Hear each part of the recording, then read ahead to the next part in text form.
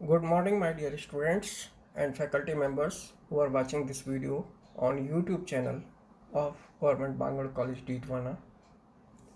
Myself, Dr. A.K. Gautam, Department of Zoology, Government Bangalore College Deetwana. प्रिय विद्यार्थियों, आज जो मैं टॉपिक आपसे शेयर कर रहा हूँ, यह विषय महर्षि दयानंद सरस्वती विश्वविद्यालय अजमेर के BSc सेकेंड ईयर जूलॉजी के तृतीय प्रश्न पत्र के अंतर्गत सम्मिलित है। विषय का शीर्षक है नाशक जीव, कीट नियंत्रण में जैव प्रौद्योगिकी किस प्रकार उपयोगी है। इसका एक फुल क्वेश्चन आपकी परीक्षा में पूछा जा सकता है। बायोटेक्नोलॉजी का पेस्ट कंट्रोल में क्या रोल है, बायोटेक्नोलॉजी एंड पेस्ट कंट्रोल, मूलतः यह शीर्षक है। यह प्रश्न किसी भी रूप में घुमा फिरा कर पूछा जा सकता है। तो अब हम बात करते हैं मूल विषय पर। पेस्ट क्या होती है, सबसे पहले ये समझिए। नाशक जीव क्या होते हैं? यह वे जीव होते हैं जो कि कृषि को या मनुष्य को या ह्यूमन वेलफेयर में किसी भी तरीके से आर्थिक रूप से, स्वास्थ्य की दृष्टि से नुकसान पहुंचाते हैं। इसमें मक्खी, मच्छर, रोडेंट्स कुछ भी हो सकते हैं जो कि कृषि को या मनुष्य को सीधे या परोक्ष रूप में किसी प्रकार की आर्थिक या स्वास्थ्य की दृष्टि से हानि पहुंचाते हैं। तो कीट एवं अन्य प्रकार के हानिकारक जीव जो कि फसलों को हानि पहुंचाते हैं या मानव जाति को किसी अन्य विधि से आर्थिक रूप से क्षति पहुंचाते हैं, नाशक जीव कहा जाता है। इनको इंग्लिश में पेस्ट कहते हैं, PEST, पेस्ट। कीटनाशी जिनको पेस्टिसाइड कहा जाता है, रासायनिक प्रकृति के एवं नाशक प्रकृति के पदार्थ हैं जो नाशक जीव नियंत्रण हेतु उपयोग में लाए जाते हैं। नाशक जीवों का सूक्ष्म जीवों के द्वारा नियंत्रण, इसके अंतर्गत नाशक जीव की देह में सूक्ष्म जीवों के द्वारा जो रोग उत्पन्न किया जाता है और रोग उत्पन्न होने के कारण कीट या अन्य हानिकारक जीव जंतु की मृत्यु हो जाती है और पौधों या फसलों को कीटों से होने वाली क्षति को इनकी संख्या में कमी करके नियंत्रित किया जाता है।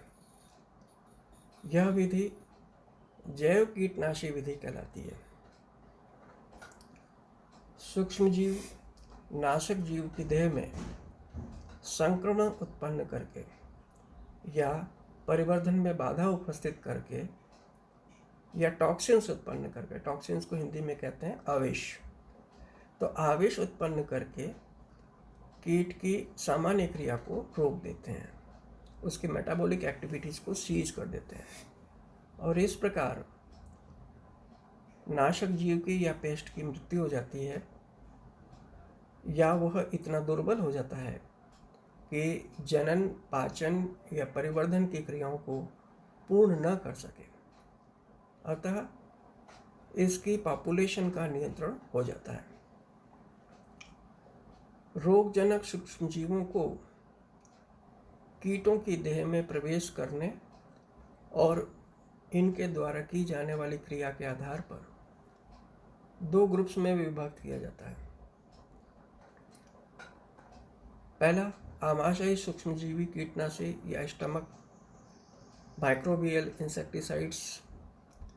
दूसरा, संपर्क सूक्ष्मजीवी कीटनाशी या कॉन्टैक्ट माइक्रोबियल इंसेक्टिसाइड्स। और तीसरा, आमाशयी सूक्ष्मजीवी कीटनाशी या आमाशयी सूक्ष्मजीव जो रासायनिक कीटनाशकों की भांति कीटों की कार्यकी को प्रभावित करते हैं। ये जीवाणु कीटों की देह में ऊतकों या द्रवों में वृद्धि करना आरंभ कर देते हैं। जो टॉक्सिन्स उत्पन्न करते हैं जिससे नाशक जीव की मृत्यु हो जाती है। इसी तरीके से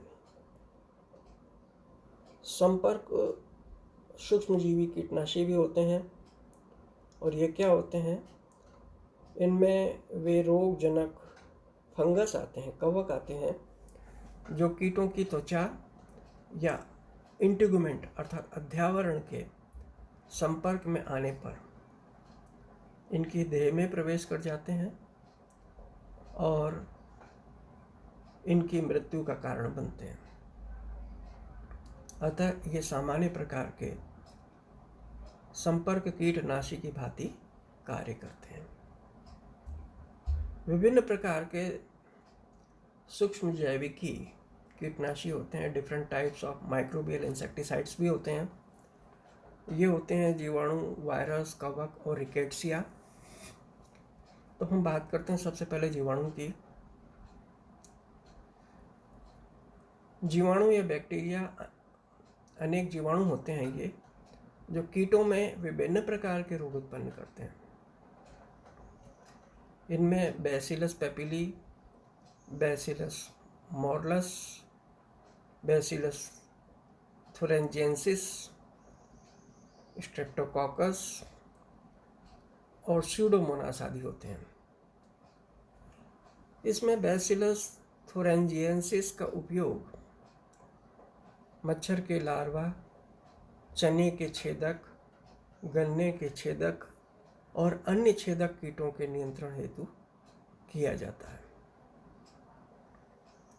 बैसिलस थुरेंजिएंसिस स्पोर्स का निर्माण करने वाले जीवाणु हैं, अर्थात बीजाणु का निर्माण करने वाले जीवाणु हैं, जो बीजाणु युक्त कायिक कोशिका में सोमेटिक सेल के अंदर क्रिस्टल प्रोटीन का फॉर्मेशन करते हैं, क्रिस्टल प्रोटीन का निर्माण करते हैं। और क्रिस्टल प्रोटीन एक प्रोटॉक्सिन होता है, जो कि कीटों के मध्य आहार नाल में टॉक्सिन्स में परिवर्तित हो जाता है। टॉक्सिन्स मतलब विष में, आविष जिसको कहते हैं, उसमें परिवर्तित हो जाता है।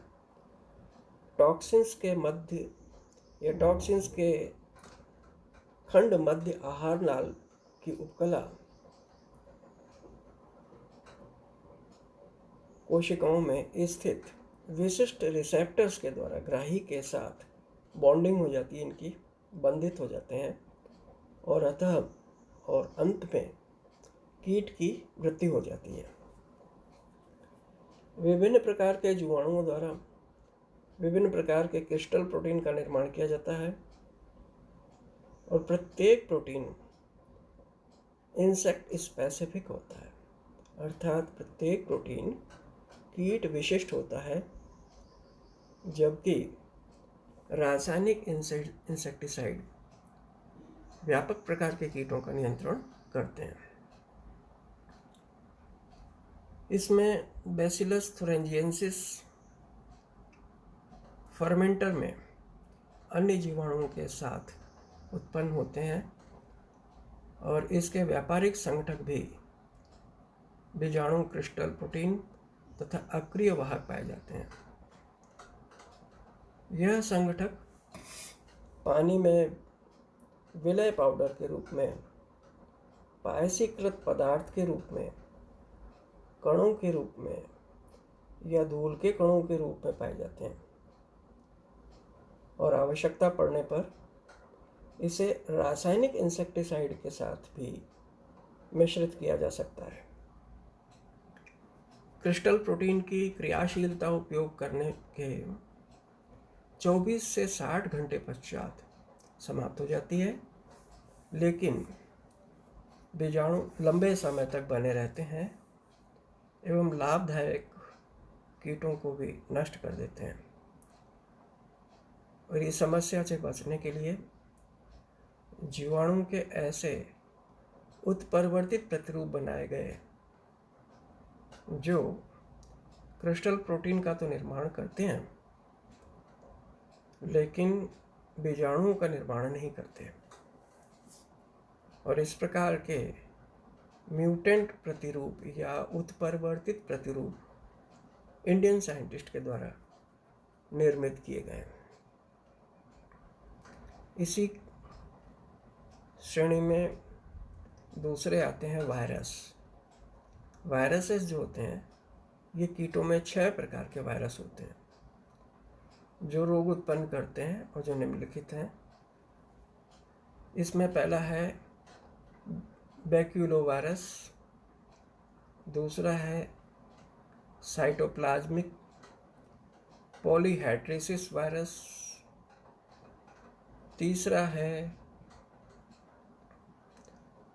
एंटोमोपॉक्स वायरस, चौथा है इरिडो वायरस, पांचवा है डेंसो वायरस और छठा है छोटे वायरस आरएनए। तो वायरस प्रकृति में मुक्त रूप से पाए जाते हैं। जैसा कि आप जानते हैं वायरस सर्वव्यापी होते हैं, हर जगह पाए जाते हैं। और लेपिडोप्टेरा ये इंसेक्ट्स के ऑर्डर हैं। लेपिडोप्टेरा, हाइमेनोप्टेरा, कोलियोप्टेरा, डिप्टेरा तथा अनेक प्रकार के कीट समूहों में रोग उत्पन्न करने में सक्षम होते हैं। वायरस साधारणतया कार्य प्रणाली में धीमे होते हैं, अतः संक्रमण के उपरांत लगभग एक सप्ताह का समय नाशक जीव की मृत्यु में लगता है।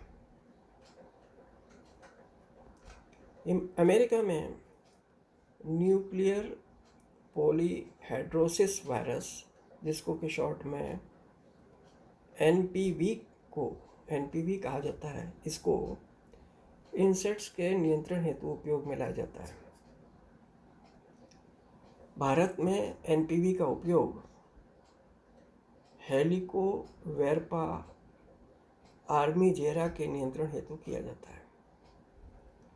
इसी प्रकार ग्रेनुलोसिस वायरस, जिसको कि शॉर्ट में जीवी के नाम से जाना जाता है, का उपयोग स्पोडोप्टेरा लीटूरा के कंट्रोल हेतु या नियंत्रण हेतु किया जा रहा है।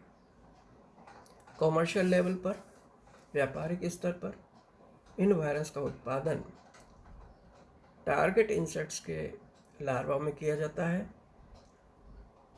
तो ये है वायरसेस का उपयोग। अब हम बात करते हैं कवकों की। फंगस या कवक कीटों की विभिन्न जातियों पर आक्रमण करते हैं।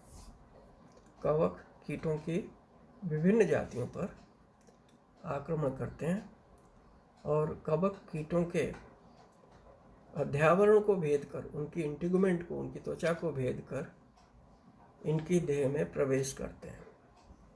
अर्थात होता क्या है कि इंसेक्ट्स की जो इस त्वचा होती है उसके ऊपर फंगल ग्रोथ हो जाती है और वो अंदर एंटर कर जाता है शरीर में और इस प्रकार से इंसेक्ट्स को मारता है।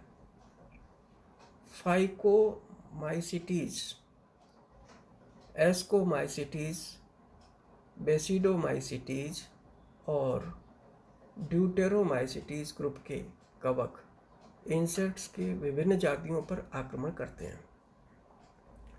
इन कवकों या फंगस को कीटों के अध्यावरण को भेद कर इनकी देह में प्रवेश कराते हैं और कवक के स्पोर्स जो होते हैं, कवक के जो बीजाणु होते हैं जिनसे इनका वृद्धि होती है, इनका फैलाव होता है, उनको कीट खाते हैं तो कीट अप्रभावित रहता है।